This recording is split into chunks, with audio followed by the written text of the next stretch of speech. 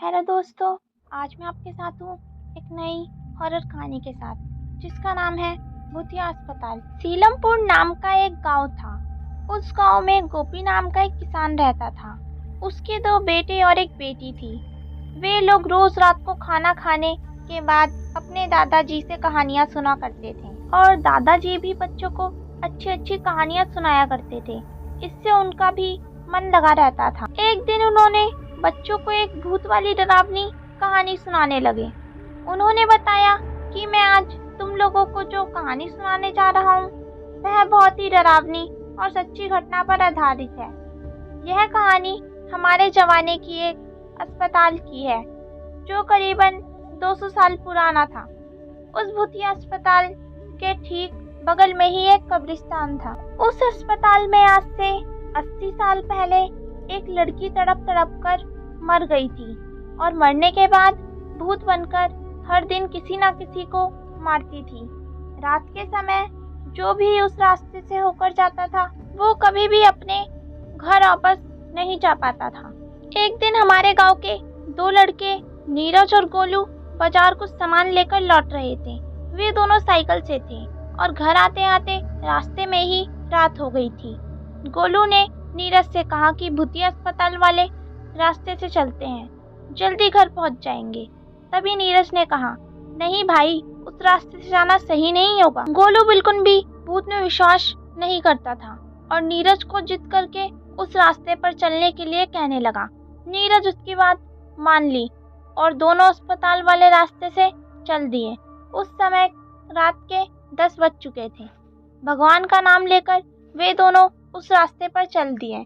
चारों तरफ से अंधेरा हो चुका था, सामने कुछ भी दिखाई नहीं दे रहा था। जैसे ही वे दोनों आगे गए, रास्ते में कीचड़ पड़ा हुआ था। अंधेरे में उन लोग को दिखाई नहीं दिया और साइकिल लेकर वे दोनों गिर गए। थोड़ी बहुत चोट लग गई थी, लेकिन फिर भी उन्होंने जल्दी से अपना साइकिल उठाई और गांव की ओर चल दिए, क्योंकि भूत का डर भी था कि कहीं से आ ना जाए। वे लोग थोड़ी ही दूर गए थे कि उन लोगों की साइकिल के टायर पंचर हो गया। नीरज बोला, भाई मुझे तो लग रहा है इस जगह में कुछ तो गड़बड़ है, हम लोग वापस लौट चलते हैं। लेकिन गोला बोला, ऐसा कुछ नहीं, चलो चुपचाप, कुछ गड़बड़ नहीं है। फिर वो दोनों आगे बढ़ गए। फिर कुछ दूर गए तो किसी छोटे बच्चे की रोने की आवाज सुनाई देने लगी। इस बार गोलू भी बहुत डर गया। उसने नीरज से कहा, तुम्हें किसी बच्चे की रोने की आवाज सुनाई दे रही है क्या? नीरज बोला, नहीं भाई, लगता है किसी जानवर के रोने की आवाज होगी। फिर उस आवाज को अनसुनी करके दोनों आगे चल दिए। कुछ देर बाद फिर वो आवाज सुनाई देने लगी। दोनों एकदम बुरी तरह से डर गए थे और वे लोग अपना कदम तेजी से गांव की ओर बढ़ाने लगे। थोड़ा आगे चलने पर एक पीपल के पेड़ के नीचे एक बूढ़ी औरत दिखाई दी। उसके सफेद बाल, सफेद साड़ी और डरावनी आंखें थी। इसे इतनी रात को अकेली औरत को देखकर उन लोगों के रोंगटे खड़े हो गए। उन्होंने पीछे मुड़कर देखने का सोचा। तभी वो बुढ़िया आवाज लगाई, रुको बेटा, मेरी थोड़ी मदद करो, मुझे ठीक से दिखाई नहीं दे रहा है। तुम लोग मुझे उस हाईवे तक का रास्ता दिखा दोगे क्या? उन लोगों ने डरते डरते उस बूढ़ी औरत के नजदीक जाकर उससे पूछा, कहाँ से आ रही हैं आप, वो भी इतनी रात को?